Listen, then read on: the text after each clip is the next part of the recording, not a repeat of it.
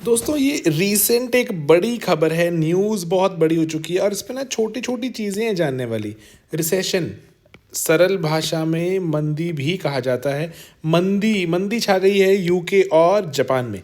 ठीक है, ये यूपीएससी पर्सपेक्टिव से क्या इंपॉर्टेंस है इसकी, छोटे छोटे शब्द क्या पूछे जा सकते हैं, नेगेटिव इंटरेस्ट रेट क्या होता है, क्यों जापान और यूके में ही मंदी है बाकी दुनिया में नहीं है।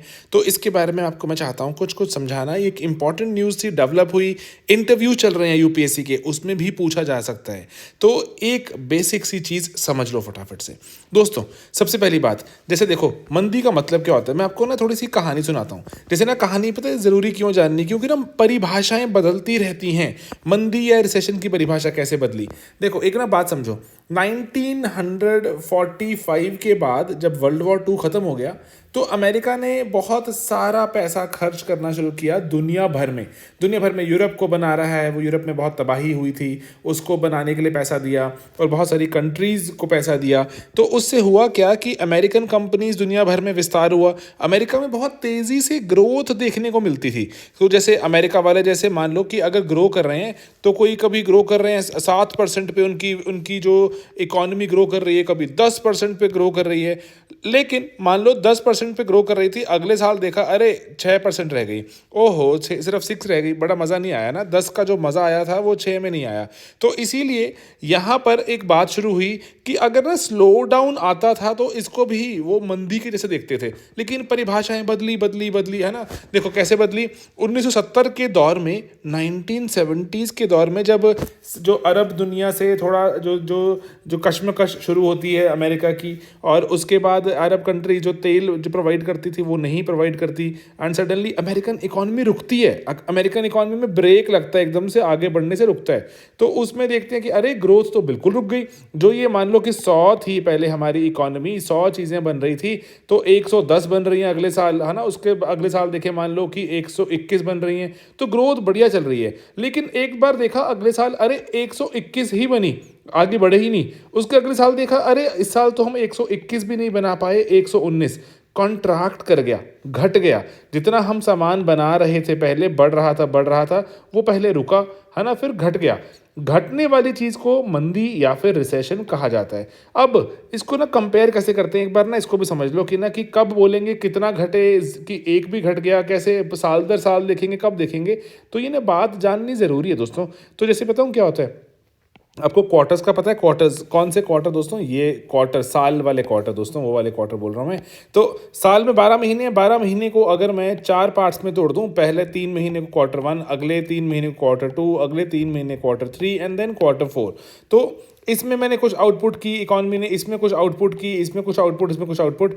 अगले साल मैं कंपेयर करूं इसको, अगले साल में भी सेम क्वार्टर दर क्वार्टर कंपैरिजन करूं, तो अगर क्वार्टर 1 से लेके क्वार्टर 1 में बढ़ोतरी थी, हम बोलते हैं कि अरे ग्रोथ चल रही है। क्वार्टर 2 से क्वार्टर 2 में भी ग्रोथ आनी चाहिए, 3 में भी ग्रोथ आनी चाहिए, 4 में भी। लेकिन मान लो कि क्वार्टर 2 में देखा हमने अरे जो पिछली बार हमने बनाई थी, लेट्स से 25 चीज़ें बनाई थी, इस बार 24 ही बना पाए, है ना। पिछली बार हमने बनाई थी यहाँ पर 26 चीज़ें, इस बार 25 ही बना पाए। अरे 2 बैक टू बैक क्वार्टर्स आ गए, 2 बैक टू बैक क्वार्टर्स आ गए जहाँ पर हमारी आउटपुट थी इकोनॉमी की वो घट गई, वो नेगेटिव में थी। दैट मीन्स नेगेटिव मतलब बनाया तो है हमने कुछ, लेकिन पिछले क्वार्टर के कंपैरिजन में इस बार हम उतना अचीव नहीं कर पाए। 26 से जो हमें आगे बढ़ने की, जो हमारी जो एक रिक्वायरमेंट थी, आगे बढ़ने का हमारा मन था, जो इच्छा शक्ति थी, वो 27 की थी, 28 29 पहुँचे 26 जो बना रहे थे हम, लेकिन अब 25 ही बना पाए दोस्तों। 25 है ना, 26 नंबर आए थे, 26 से ऊपर नंबर आने चाहिए थे, लेकिन 25 ही नंबर आए, है ना। नंबर 25 तो आए ही हैं, लेकिन पिछले वाले जितने नहीं आए, तो हम इसको बोलते हैं कि रिसेशन वाली एक शुरुआत है। लेकिन जब 2 क्वार्टर की जब हम देखते हैं बैक टू बैक, इसको हमने वर्ड क्या यूज़ करते हैं, इसके लिए ध्यान रखना, इसके लिए वर्ड यूज़ होता है टेक्निकल रिसेशन। ठीक है, यूपीएससी ये शब्द ऐसे पूछता है, टेक्निकल रिसेशन। जब 2 बैक टू बैक क्वार्टर्स में इकोनॉमी में कॉन्ट्रैक्शन देखी जाती है। कॉन्ट्रैक्शन का मतलब क्या होता है, सिंपली मैं फिर से बता रहा हूँ आपको, इसको गलत मत करना। कॉन्ट्रैक्शन का मतलब सरल होता है कि जितना आप पिछले साल बना रहे थे उतना लेवल नहीं ले पाए इस क्वार्टर में। ठीक है, पिछले साल का जो क्वार्टर से इस साल के क्वार्टर का कंपैरिजन करें, वो नहीं हो पाया, तो उसको टेक्निकल रिसेशन कहते हैं। इसके बहुत से कारण है ना, जो बहुत मुश्किल नहीं है कारण सोचना। देखो, यूक्रेन में युद्ध चल रहा है ना, यूक्रेन में युद्ध चल रहा है, तो उसके चलते बहुत सारे रिसोर्सेज वहाँ जा रहे हैं, है ना। यूक्रेन में वेस्टर्न कंट्रीज, अमेरिका, कनाडा बहुत सारी फंडिंग दे रहे हैं यूक्रेन को, तो रिसोर्सेज जा रहे हैं। यूरोप में जो प्रोडक्शन हो रही थी, वो प्रोडक्शन की डिमांड रुकी हुई है, महंगाई चल रही है, अनाज आता था, अनाज महंगा हुआ है, एनर्जी आती थी, मतलब जो गैस वगैरह आता था जो रशिया से, महंगा हुआ है, तो महंगाई चल रही है। अब ना देखो, यूक्रेन के युद्ध से आती है सबसे बड़ी बात जो है दुनिया भर में, क्या आती है? महंगाई। महंगाई को क्या बोलते हो आप सब, है ना? इन्फ्लेशन, है ना। महंगाई आती है, लेकिन अब जो महंगाई से ना आम जनता बड़ी बहुत परेशान होती है कि अरे भाई, पिछले साल तो ये ब्रेड का दाम 10 रुपये था, इस साल ये ब्रेड 12 की हो गई, है ना। महंगाई आम जनता को, अरे भाई दाल की कीमत 140 रुपये थी, अब 200 रुपये किलो हो गई। आम जनता परेशान होती है इन चीज़ों से, तो आम जनता परेशान होती है तो वो शोर मचाएगी, शोर मचाएगी, सरकारें गिरेंगी, सरकारें गिरेंगी। तो इसीलिए बहुत जो यहाँ बात लिखी हुई है, पॉलिटिकल सिग्निफिकेंस बहुत ही ज़्यादा होता है महंगाई का। अगर ना मैं आपको बोलूँ ना कि अरे कि हमारी जो जो जो करंट अकाउंट डेफिसिट इतना हो गया, फिजिकल डेफिसिट घट गया, बढ़ गया, आपको समझ ही नहीं आता। आम इंसान, मतलब आम इंसान की बात कर रहा हूँ, आप तो यूपीएससी एस्पिरेंट, आपको सब समझ आएगा, है ना। Physical deficit, current account deficit आम इंसान को समझ नहीं आता। आम इंसान को समझ आता है इन्फ्लेशन। तो इसलिए ना इन्फ्लेशन को रोकने को लेकर सरकारें बहुत चिंतित रहती हैं। इन्फ्लेशन रोकने का एक आसान तरीका क्या रहता है? इंटरेस्ट रेट्स, है ना। इंटरेस्ट रेट को अगर थोड़ा सा बढ़ा दिया जाए, जो पर्टिकुलरली, जैसे देखो इन्फ्लेशन क्यों आता है कि चीज़ें अगर मार्केट में अवेलेबल है और लेकिन लोगों के जेब में पैसा भी है, लोगों के जेब में पैसा भी है खरीदने के लिए, तो महंगाई आती है ना, कि मैं भी खरीद सकता हूँ, आप भी खरीद सकते हो, तो हम दोनों डिमांड करना शुरू करते हैं। तो इस कारण से अब लेकिन चीज़ तो उतनी ही बन रही है, क्योंकि अभी यूक्रेन युद्ध एक्सेट्रा के चलते हैं ना, चीज़ रादर कम हो गई है, मिलनी कम हो गई है, तो उसके कारण महंगाई आ जाती है। तो अब लोगों के जेब में अगर पैसा ही ना हो, या फिर अगर जो कोई मान लो कोई लोन लेके खरीदता था उसको, तो लोन महंगा हो जाए, तो हम क्या करते हैं कि इन्फ्लेशन को रोकने के ये साधारण तरीके यूज़ करते हैं, इंटरेस्ट रेट बढ़ा देते हैं, ठीक है। एंड लोगों को रादर इनकरेज करते हैं ना कि अरे भाई अभी महंगी हो गई हैं चीज़ें, तो आप एक अपना पैसा बैंक में डाल दो, चाहे बैंक में थोड़ा सा इंटरेस्ट रेट एक्स्ट्रा ले लेना, क्यों जाके अभी खर्चे कर रहे हो। लेकिन उससे होगा क्या, जब चीज़ें इंटरेस्ट रेट महंगे हो गए, जब चीज़ें घर बनाना महंगा हो गया, गाड़ी खरीदना महंगा हो गया, ये सब चीज़ें जो बिकनी बंद हो जाती हैं, ये बिकनी बंद हो जाती हैं, तो आप क्या देखते हो? ग्रोथ नहीं आती, रिसेशन आ जाता है। तो इसलिए अगर इन्फ्लेशन रोकोगे तो रिसेशनरी ट्रेंड आ जाएगा। अगर रिसेशन को अगर रोकना है कि नहीं नहीं भाई ग्रोथ चलती रहे और इकोनॉमी बढ़ती रहे, तो लोगों को सस्ता सस्ता लोन देते हैं, मज़े से गाड़ी खरीदें, घर बनाएं, है ना। तो अगर रिसेशन को रोकना है, अगर आपने नहीं चाहते रिसेशन आए, तो महंगाई आ जाती है।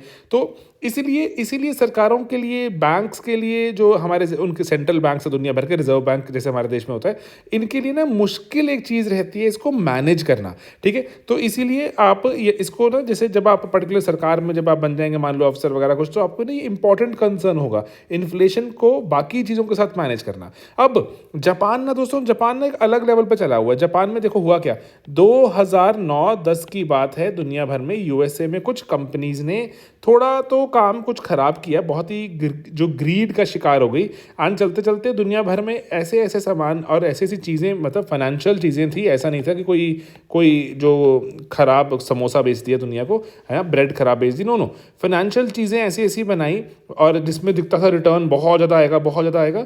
वो करते करते उन्होंने ऐसे प्रोडक्ट्स बनाने शुरू कर दिए जिनका रिटर्न ज़्यादा के चक्कर में, लालच ज़्यादा के चक्कर में, जो बहुत रिस्क बढ़ा दिया। एंड अगर कोई थोड़ा सा भी, अगर कोई पैसा वापस नहीं पे करता, तो पूरा का पूरा सिस्टम कोलैप्स कर जाता, और वो किसी लोगों ने पैसा वापस करने से मना कर दिया।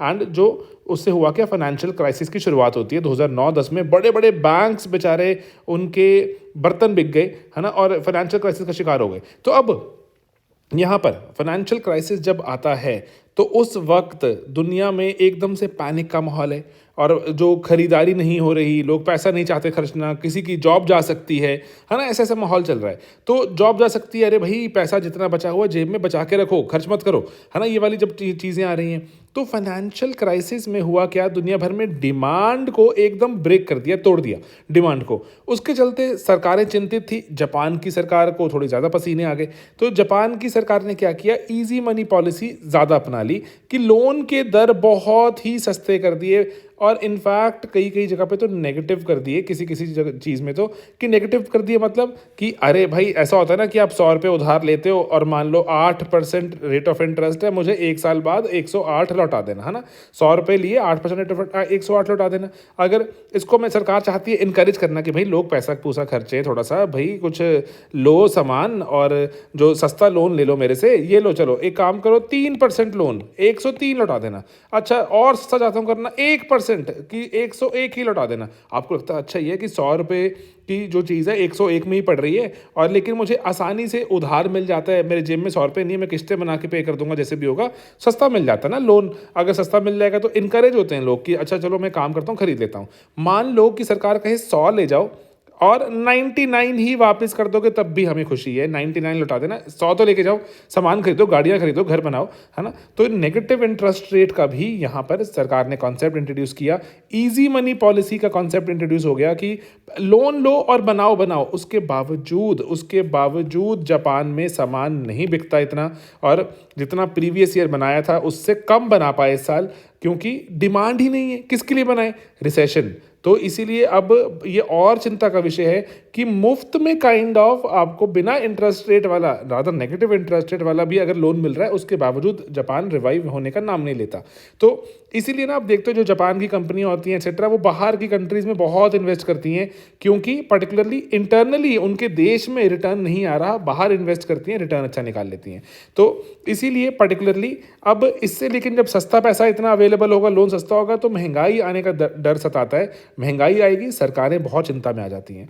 तो आम नागरिक तो चिंता में आता ही आता है, सरकारें उससे ज़्यादा चिंता में आ जाती हैं। ओके, तो अब लेकिन उससे हुआ क्या? जापान की इकॉनमी जैसे मान लो पिछले साल 4400 बिलियन डॉलर थी, थोड़ा घट गई, मान लो 4300 बिलियन डॉलर पर आ गई, तो थोड़ा सा नीचे आ गई। तो जापान ने अपना तीसरा पायदान उसको छोड़ना पड़ा। चौथे नंबर पर जापान इकॉनमी वाइज आ गया, जर्मनी ऊपर बढ़ के तीसरे पर आ गया। ठीक है, तो भारत 5वें नंबर पर है। यूपीएससी सवाल पूछ चुका है, ये डेटा कहाँ से आया है सर? ये IMF का डेटा है, ध्यान रखने वाली बात होती है। ठीक है, ये भी जो यूपीएससी पूछ लेता है। नंबर 1 पे USA, देन चाइना, फिर जर्मनी, फिर जापान, फिर इंडिया। बहुत ज़्यादा फर्क नहीं है देखें अगर जापान इंडिया में, और इंडिया अगर अपनी तरक्की चलाए रखे, इंडिया को जो जैसे कहते हैं 6 से 7% ग्रोथ दिखेगी, और जापान अगर लेट्स से इतनी सी स्पीड पे चलता रहा तो इंडिया बहुत ही जल्दी इसको बीट करके इंडिया भी आ जाएगा चौथे पायदान पर। एंड फिर जर्मनी थोड़ा दूर है, लेकिन अगेन हमने सोचा हुआ है कि आने वाले 10 सालों में हमें तीसरी सबसे बड़ी इकोनॉमी बनना है।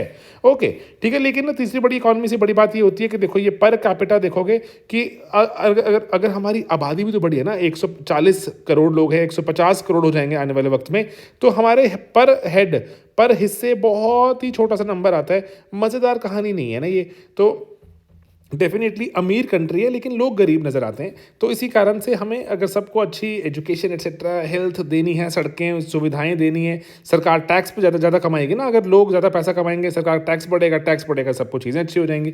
तो इसीलिए ये सब चीज़ें हैंड इन हैंड चलती हैं। ये बहुत पीछे है। देखो अमेरिका में $83,000, और देखो सब बहुत ज़्यादा है हमसे। इवन जो चाइना देखो हमसे 6 गुना आगे है। तो लेकिन हम बहुत पीछे हैं अभी। ठीक है, तो इसलिए हमें बहुत काम करना बाकी है। पर कैपिटा बढ़ेगा तो ही मज़ा आएगा। ठीक है, ओके। अब इसलिए सेम चीज़ यूके में भी है। यूके में तो इलेक्शन है, जो और चिंता का विषय हो जाता है। अरे भाई क्या चल रहा है? रिसेशन ना, इसलिए इंग्लिश का वर्ड है, मंदी को रिसेशन कहा जाता है। टेक्निकल रिसेशन मतलब 2 बैक टू बैक, जब 2 क्वार्टर बैक टू बैक मंदी देखी जाए तो उसको कहा जाता है टेक्निकल रिसेशन। मंदी मतलब एक माहौल को बोलते हैं कि अरे माहौल ना नेगेटिव सा है, कि ज़्यादा लोग ना पैसे खर्चना चाहते नहीं, एम्प्लॉयमेंट को लेके चिंता है, घर नहीं खरीद पा रहे, कॉरपोरेट इनकम मतलब जो प्राइवेट कंपनियां वगैरह हैं वो भी कुछ खास तरक्की नहीं कर पा रही। प्राइवेट कंपनियां नहीं बढ़ेंगी तो जॉब्स कैसे क्रिएट होंगी? जॉब्स नहीं क्रिएट होंगी तो लोग पैसा खर्चने से डरेंगे। तो जो प्राइवेट कंपनी किसके लिए सामान बनाएगी? मतलब नई फैक्ट्रियां नहीं लगाएगी, मतलब कि नई एम्प्लॉयमेंट फिर से नहीं आएगी, एंड आपकी जो इनकम एटसेट्रा वगैरह वो स्टेबल है, मतलब स्टैग्नेंट हो जाएगी, बढ़ेगी नहीं आगे। बढ़नी चाहिए ना, मजा आएगा तभी सैलरी में कुछ ग्रोथ होती है। तो अब दुनिया भर में ना, इसीलिए आप देखते हो कि ना कुछ चैलेंजेस हैं सब दुनिया भर में, जो जिससे जब है कि मॉनेटरी पॉलिसी, इन्फ्लेशन टैकल करने के लिए। इन्फ्लेशन का सीधा ताल्लुकात हमें कहाँ से देखने को मिलता है? जो इन्फ्लेशन का जियोपॉलिटिकल टेंशन, यूक्रेन और पैलेस्टीन है ना इशू, वहाँ पर एजिंग पॉपुलेशन, दुनिया भर की आबादी, इंडिया को छोड़ दें, इंडिया के लिए ना ये प्लस पॉइंट है, इंडिया की आबादी यंग है अभी, और जो दुनिया भर की आबादी इंक्लूडिंग चाइना बूढ़ी होती जा रही है, जैसे जैसे बूढ़ी होती जाएगी उनको उनके हेल्थ कंसर्न्स वगैरह के चलते वो अपने जो स्पेंडिंग ग्रेजुअली कम कर देते हैं। एंड उन वो देखो, पहले तो जैसे जितने अगर और भी बूढ़े हो गए तब वो तो जॉब पे नहीं जा पाएंगे ना, तो जॉब पे नहीं जा पाएंगे तो पैसे कहाँ से कमाएंगे, तो इसलिए सरकार के खर्चे बढ़ जाते हैं, इनकम घट जाती है। तो एजिंग पॉपुलेशन इसलिए बहुत बड़ी चिंता है वेस्टर्न वर्ल्ड की, चाइना की भी शुरू हो चुकी है, भारत अभी लेकिन इससे थोड़ा सा दूर है, भारत की आबादी बहुत यंग है अभी। एंड इसी कारण से यहाँ पर महंग जो जो जैसे जैसे आप देखते हो पॉपुलेशन एज हो जाती है तो जो प्रोडक्ट्स बिकने भी कम हो जाते हैं, ये जो लेकिन ये एक एज का पैटर्न आता है, एक एज तक बढ़ता है फिर घट जाएगा, ठीक है। अभी वहाँ पर वेस्टर्न वर्ल्ड में बहुत सारी जगहों में ये घटना शुरू हो गया है, तो इसी कारण से रिसेशन हमें देखने को मिल रहा है बहुत सारी जगहों पर। एंड सरकारों ने ही उधार लिया हुआ इतना खर्च करने के लिए, वो सरकार को उधार, जब उधार लेगी सरकार तो सरकार को कुछ ना कुछ इंटरेस्ट चुकाना होगा ना। जैसे भारत में ही देखते हैं हम कि भारत में अगर सरकार 100 रुपये खर्च करती है तो उस 100 रुपये में ना सभी में स्कूल, बिल्डिंग, अस्पताल नहीं बन रहा, बहुत सारा तो हमारा इंटरेस्ट रेट चुकता करने में चला जाता है कि उधार लिया था उसकी हमें इंटरेस्ट पे तो देना है 25% के आसपास, आप इसको नोटिस करना, इको सर्वे में आता डेटा ये, तो हमारा बहुत सारा 20-25% के आसपास तो इंटरेस्ट चुकाने में चला गया, तो बाकी 75 ही बचा। सरकार ने खर्चा 100 का किया, 100 में से लेकिन 25 से लगे इंटरेस्ट चुकाने में। ओके, तो इनकम इनइक्वालिटी भी एक बड़ा मुद्दा है दोस्तों। कि मैं आपको ना एक बात बताऊं, एक ये अगर सुन रहे हो, अगर सुन रहे हो यहाँ तक, एक ना कमेंट में पक्का लिखना एआई, है ना, क्योंकि मैं आपको एक बात बताने वाला हूँ एआई से रिगार्डिंग। अब दुनिया में ना जो आर्टिफिशियल इंटेलिजेंस एक्सेट्रा को लेकर बहुत चिंता बढ़ रही है कि जॉब ले लेगा एआई, है ना, सब काम कर लेगा, दुनिया में अनएम्प्लॉयमेंट आ जाएगी। तो ना इसमें ना पता क्या होगा, एक चीज़ का नोटिस करना, इसमें जो एक भयंकर चीज़ होगी आगे वाले टाइम में, जिसको ऐसा सोचते हैं, ऐसे अभी के जो बुद्धिजीवी लोग हैं, समझदार जिनको लोग बोलते हैं, वो कहते हैं कि ना एआई से एक इनइक्वालिटी बढ़ेगी। जो अमीर आदमी है ना वो बहुत अमीर हो जाएगा, गरीब और गरीब होने के चांस बढ़ जाएंगे। कैसे? ऐसा नहीं है कि दुनिया में आप कहेंगे कि सर अभी नहीं हो रहा, एआई अभी दुनिया में शुरू ही हुआ है, अभी तो ये तो उसके पहले ही हो रहा है। एआई आके इसको बढ़ा देगा स्पीड को। कैसे? आप ना इस चीज़ को समझो, मैं यहाँ पे देखो ये आपको समझाता हूँ कि ना, जैसे आप सभी ने कभी ना कभी अपने जीवन में मोबाइल रिचार्ज करवाया, कभी मोबाइल रिचार्ज तो आज भी कराते होगे आप, आई एम श्योर। लेकिन वो जो होता है ना, जो गली नुक्कड़ में जाके पनवाड़ी की दुकान पे चले गए, कभी जो किसी करियाने की दुकान में चले गए, वहाँ पर होता नहीं वो जो रिचार्ज, भैया 25 का रिचार्ज करना, भैया 50 का रिचार्ज करना, है ना, वो रिचार्ज कराते थे। इतने सारे छोटे छोटे लोग थे, कोई 1 रुपये कमाता होगा उसमें, कोई 50 रुपये में से 2 रुपये कमाता होगा, है ना, 100 का रिचार्ज में 3-4 रुपये कमा लेते होंगे, जितना भी होगा मुझे पता नहीं कितना कमाते होंगे, लेकिन बहुत सारे लोग थे थोड़े थोड़े पैसे कमा रहे थे। ओके, मतलब कहने का क्या था, it was very highly distributed, बहुत ही डिस्ट्रीब्यूटेड इनकम थी। उसके बाद हुआ क्या, 4-5 बड़ी बड़ी कंपनियां आई, मेरे से रिचार्ज करा लो, मेरे से रिचार्ज, 10 होंगी, 15 होंगी, 20 होंगी, ऐसे बड़ी बड़ी कंपनीज जो कि जहां पे जाके आप रिचार्ज कर सकते थे। अब पूरा देश उनसे 20 कंपनी से रिचार्ज करवा रहा है ना, जो आई भी थी बहुत सारी रिचार्ज कर, आज भी आप ऑनलाइन जाके 1 सेकंड में कर लेते हो, है ना। तो जो वो डिस्ट्रीब्यूटेड था, व्हाट डिड इट बिकम, कैसे हुआ वो जो डिस्ट्रीब्यूटेड वाला, it started becoming concentrated, concentration of wealth हो गई। कुछ लोग जो ये कर पाए, जिन्होंने ऐप बना दी, जिन्होंने ये सिस्टम बना दिया, उनके पास बहुत सारी धन दौलत इकट्ठे होनी शुरू हो गई। बाकी जो ये डिस्ट्रीब्यूटेड इनकम थी बहुत सारे लोगों की, ये कॉन्सेंट्रेट हो गई। तो ऐसा होता है, बड़ी बड़ी कंपनीज आती हैं, ये वेल्थ कॉन्सेंट्रेशन कर लेती हैं। एंड बड़ी बड़ी कंपनियां कौन लेकर आएगा? यूजुअली जिनके पास बड़ा बड़ा धन दौलत होगा, जो जैसे किसी ने अपनी कंपनी को फंडिंग करवा लिया, बैंक से लोन ले लिया, है ना, तो इसीलिए वेल्थ कॉन्सेंट्रेशन हो जाती है। एआई वेल्थ कॉन्सेंट्रेशन को हम चिंतित रहते हैं कि ये रहेगा, एआई वेल्थ कॉन्सेंट्रेशन करेगी, सरकारों को सोचना पड़ेगा इसके बारे में। ओके, एक और चीज़ भी है ना एआई के बारे में, आप ना एआई कमेंट में पक्का बताना, सो दैट आई नो कि आप इसको सुनते हो, कि कुछ रिसर्च जो ऐसी बात शेयर की जाए, कहानी शेयर की जाए, सो दैट वी नो, है ना। अब एआई ना एक और, जैसे आप देखते हो, जैसे ना आपने सुना होगा दुनिया में एक बहुत महंगा ब्रांड है लुई विटॉन, है ना, तो लुई विटॉन के जो मालिक हैं पर्टिकुलरली, वो अभी अर्नी जो लुई विटॉन के मालिक, वो दुनिया के सबसे अमीर आदमी है अभी, राइट नाउ, आज मैं इसको वीडियो को बना रहा हूँ, सबसे अमीर आदमी है दुनिया के। तो अरे ये क्या हो रहा है सर, इतना महंगा प्रोडक्ट बनाते हैं, खरीदता कौन है सर? बहुत से खरीदार हैं उनके, एंड उनके बहुत सारे ब्रांड्स भी हैं आगे। तो अब देख रहे हो जो अमीर आदमी है, अमीरों को बेच बेच के और अमीर हो गया, अमीर आर बिकमिंग वेरी अमीर, बहुत अमीर होते जा रहे हैं। एंड गरीब या तो स्टेगनेंट है या बहुत धीरे ग्रो कर रहा है, या नीचे भी जा सकते हैं, बहुत सारे वल्नरेबल हैं, बहुत वल्नरेबल हैं गरीब। तो इसीलिए एआई आके इस वल्नरेबिलिटी को बढ़ा सकता है। आपको टूल चलाना ही नहीं आता, टूल बनाना ही नहीं आता, कैसे करोगे, है ना। तो इसीलिए एआई इज़ अ चिंता का विषय। ओके, ठीक है। तो सरकारों के लिए, आपको मेरे लिए तो अपॉर्चुनिटी है ना, हमें तो अपॉर्चुनिटी की जैसे देख रहे हैं, सरकारों को चिंता होनी चाहिए कि कैसे वेल्थ कॉन्सेंट्रेशन को रोकें, जनता को जॉब भी प्रोवाइड करें, जनता को इनेबल करें। ऐसा नहीं है ना कि एआई को रोक दें, नो, एआई को रोकना is not the right idea. AI को कैसे हम इनेबल करें, हम कि सबका साथ सबका विकास जो नारा है वो सच में और बेहतर तरीके से दिखे। ओके, अब ना देखो, तो डेवलप्ड वर्ल्ड में क्या हो रहा है कि ना कि जो दुनिया भर में जैसे चाइना में ग्रोथ स्लो हो जाती है तो उनको दिक्कत हो जाती है ना। और जो कमोडिटी की प्राइस, क्योंकि यूक्रेन में युद्ध चल रहा है, डेमोग्राफी, जो पॉपुलेशन जो जो वहाँ पर देखें तो बूढ़ी होती जा रही है। इंडिया में रादर इसका बहुत ही उल्टा है। इंडिया में देखें अगर, तो इंडिया की अभी डेमोग्राफी इज़ वेरी पॉजिटिव, है ना। मैं आपको बताऊं तो देखो, यहाँ पर मैंने आगे इसको लिख भी दिया था, यहाँ पर हमारे यहाँ लिखा हुआ है इसको कि इंडिया की 3 Ds मत भूलना। डोमेस्टिक डिमांड हमारी इंटरनल, ये चाइना में भी नहीं है डोमेस्टिक डिमांड इतनी जितनी हम अपने यहाँ पे देख पाते हैं आज percentage of our GDP. And then हमारी इकोनॉमी बहुत डाइवर्सिफाइड चलती है, हमारे डेमोग्राफिक, हमारी आबादी बहुत यंग है, एस्पिरेशनल है, खर्चा करती है। ऐसा नहीं है कि जेब में पैसे डाल के बस बचा के रख रही है फ्यूचर के लिए, खर्चा करती है। खर्चा करेगी तो प्रोडक्ट्स बनेंगे ना, प्रोडक्ट्स बनेंगे तो प्रोडक्ट्स बिकेंगे, तो बिकने शुरू हो जाते हैं, तो और कंपनियां आती हैं बनाने के लिए, और जॉब्स क्रिएट होंगी। तो गवर्नमेंट भी रिफॉर्मेटरी चल रही है, गवर्नमेंट भी कैपिटल जो अपना चाहती है खर्चा बढ़ाना, कि लॉन्ग टर्म खर्चे बढ़ें, लेकिन इंटरेस्ट रेट एक्सेट्रा अभी भी बहुत बर्डन है। एंड देन उसके बाद जो आईटी की प्रेजेंस है, इंग्लिश स्पीकिंग पॉपुलेशन है हमारी, अच्छी तरह से दुनिया को केटर कर सकती है, तो ये कुछ फायदे हैं, है ना। इन्फ्लेशन लेकिन चिंता का विषय, अनएम्प्लॉयमेंट बहुत बड़ा चिंता का विषय, जिसको कोई बात ही नहीं चाहता करना। I have no idea why UPSC aspirants के का क्या होगा। इतने 10-10 लाख लोग हैं जो भरते हैं, जो है फॉर्म, 5 लाख पेपर देने आते हैं, क्या होगा। अनएम्प्लॉयमेंट चिंता का विषय बहुत भयंकर। इतने पढ़े लिखे एस्पिरेशनल लोग जब अनएम्प्लॉयड बैठे होंगे तो दिक्कतें हो सकती हैं फ्यूचर में।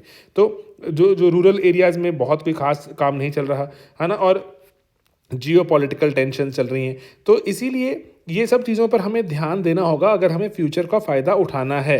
एंड फ्यूचर में जैसे जापान एट्सेट्रा वगैरह एज हो रहे हैं, कैसे हम अपने जो यंग यूथ को इसको यूटिलाइज कर पाएँ।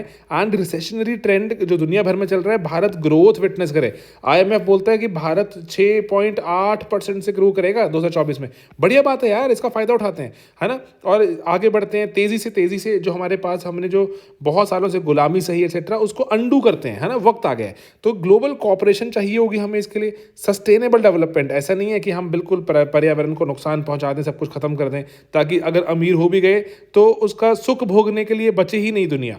तो एंड इंक्लूसिव रखते हैं कि गरीब भी अमीर बने, सिर्फ अमीर ही, बहुत अमीर नहीं, गरीब भी अमीर बने, अच्छी ज़िंदगी का फ़ायदा उठा पाए, अच्छे बच्चों को एजुकेशन दे पाए। हर वक्त इसी चिंता से जो ग्रस्त ना रहे कि मेरे बच्चे क्या खाएंगे, कि मेरे बच्चे स्कूल तो छोड़ो, कि अगर उनके पैरों में पहनने के लिए चप्पल भी होगी कि नहीं होगी, है ना। ये चिंताओं से आगे बढ़ें। तो इसीलिए ज़रूरी है कि सीरियसली ट्रू सेंस में कि हम इंक्लूसिव ग्रोथ और इस तरह की ग्रोथ रखें जहाँ पर सिर्फ कुछ लोगों को फ़ायदा ना हो जबकि ज़्यादा लोगों को फ़ायदा हो। ओके, तो ये दोस्तों ये बात थी, और बात बढ़ते बढ़ते जो करते करते अगर आप कोई टॉपिक बनाते हो तो वो थोड़ा लंबा बन जाता है, और लंबा बन जाता है तो ऐसे ऐसे कुछ नई चीज़ निकल आती हैं। तो यही स्लीपी क्लासेस में हम हमेशा से करते भी आए हैं, ठीक है, कि अब हमें बनना है 3rd लार्जेस्ट इकोनॉमी, एंड लेकिन हमें पर कैपिटा भी इंप्रूव करना है। तो दोस्तों अगर आप, अगेन आई रिपीट, अगर आपने वीडियो देखा तो एआई पक्का लिख रहे हैं, सो दैट वी नो कि आप इसको देखते हो ढंग से। ऑल राइट दोस्तों, take care, bye bye and have a very very good time.